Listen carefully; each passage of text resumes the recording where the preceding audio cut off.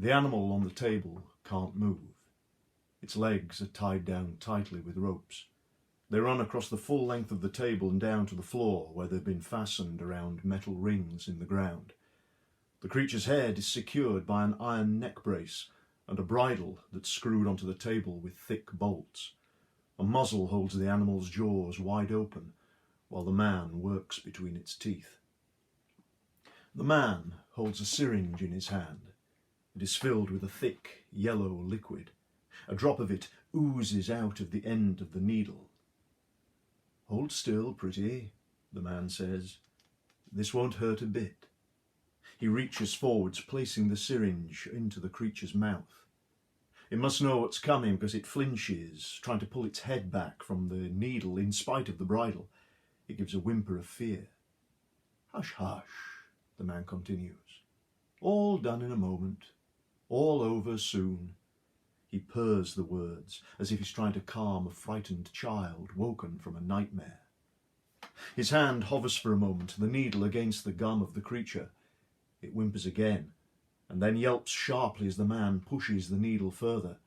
His thumb presses down on the syringe. When the syringe is empty, the man steps back. He looks down at the creature.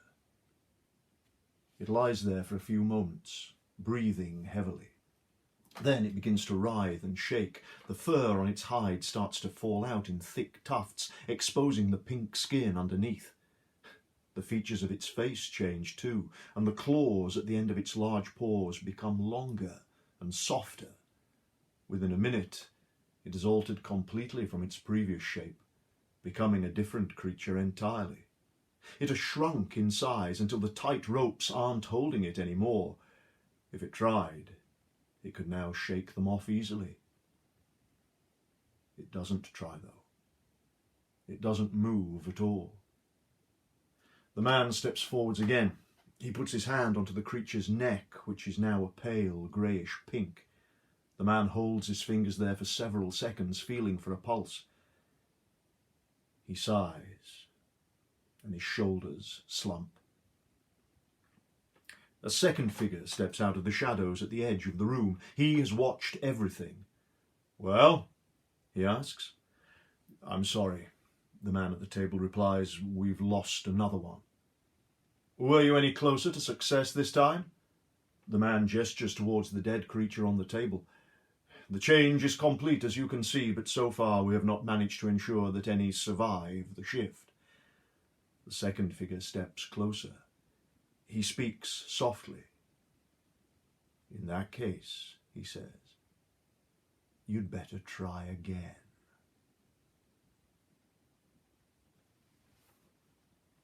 Chapter 1. The Broken Jar. It was all the green sparrow's fault. If it hadn't flown so far into the thicket of bushes, the boy would have got its essence by now. He could have been back on the path and safely on his way home to the warm glow of the fire and his mother's homemade biscuits.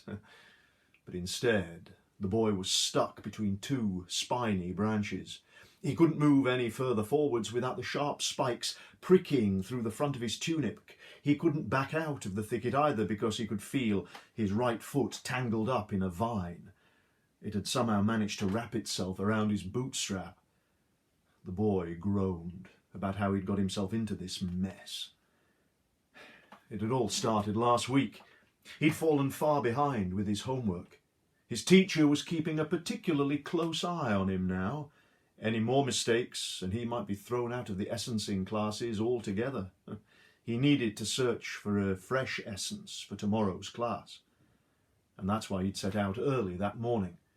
A feather would be good, he thought, or a broken off bit of lizard skin. Perhaps he could find some fur that had been caught on a branch from a passing pegiar, one of those big cats out hunting for prey.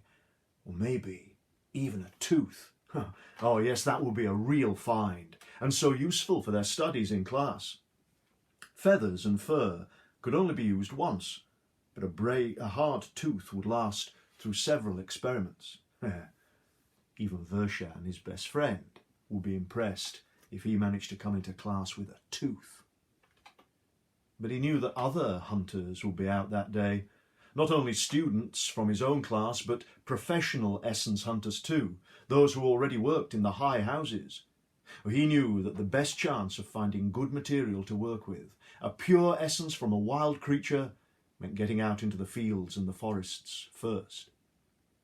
The sun had just been smudging the rooftops as he tiptoed out of the house that morning. But even at this early hour, his neighbour's dog, Beska, had growled heavily from behind the door as he crept past.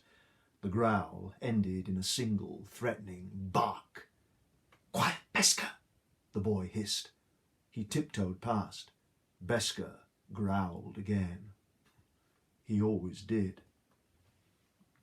Yes, if he could make a good impression in class tomorrow, then he might be forgiven for his earlier failures. He might even get to go with his teacher, Cleve Harrow, to the essencing exhibition at the end of term. That was when he had the best chance of getting a job to serve the mages, the potion masters and the scientists who worked in the great halls and the castles at the other side of Beltheron city. They were in the City Gare, close to the wealthy Variegat palaces. Yes, if he could only find a good essence today, then he would show Cleve Harrow that he was worth something.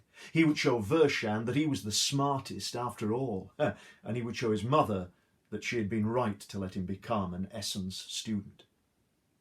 These dreams were filling his head as he made his way down the scrappy Tenementera alleys that morning.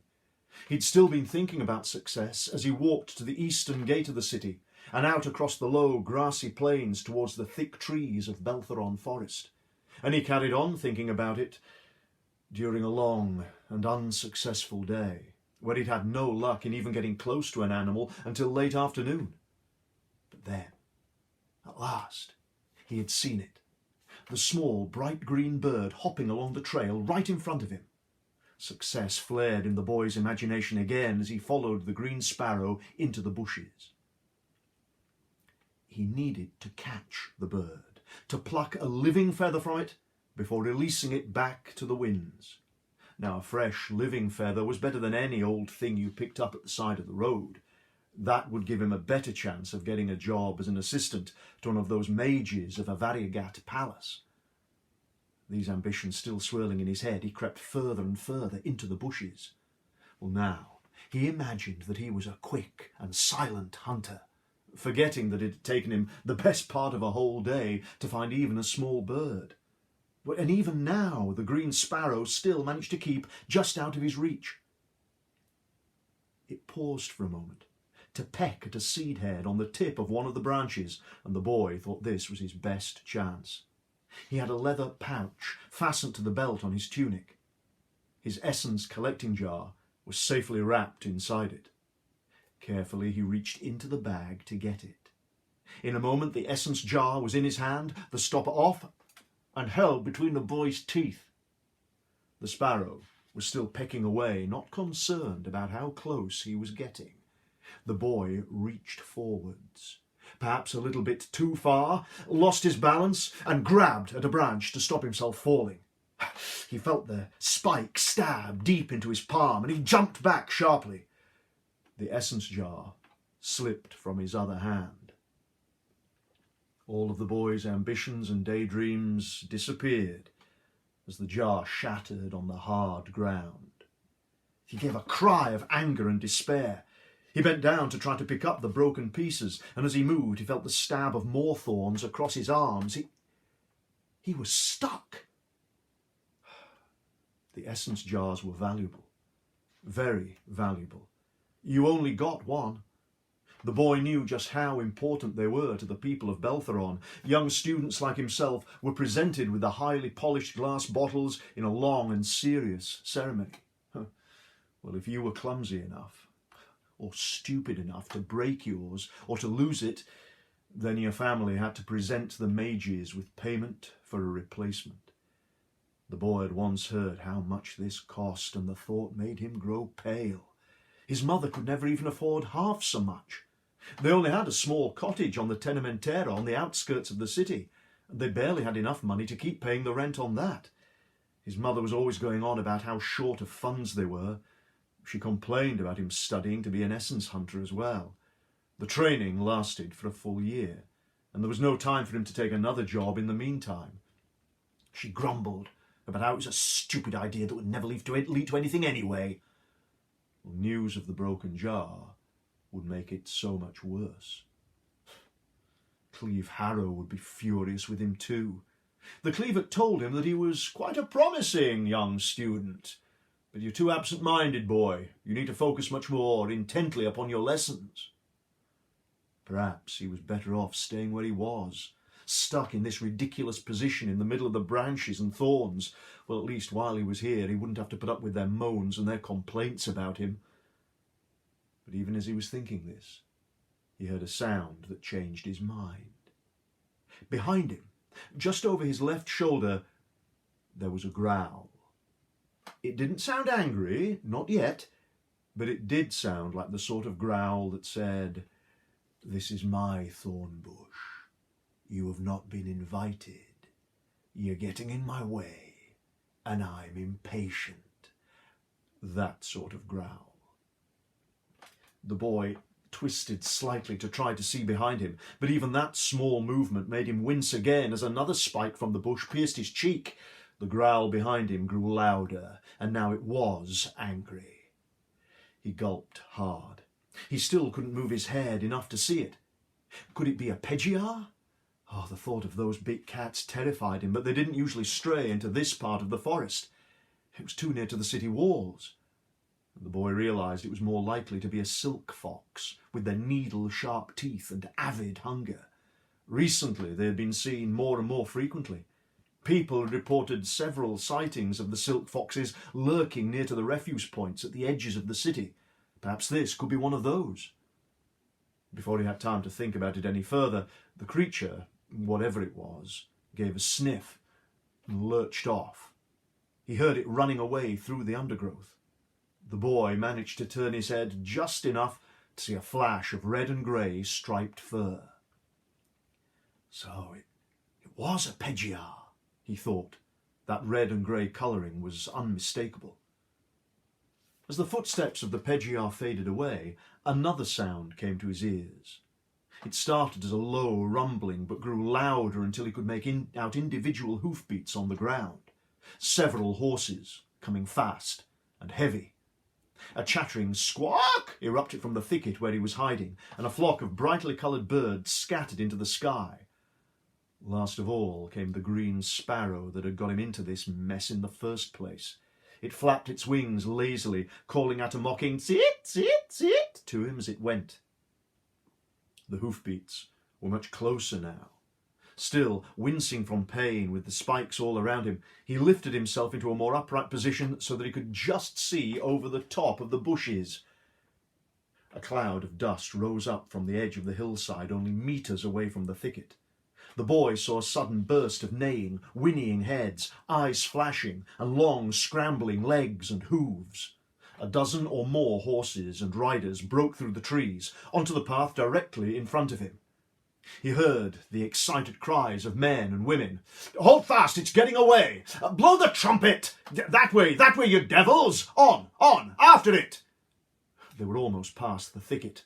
The dust thrown up by the hooves was heavy in his throat and eyes. He thought that they'd missed him altogether.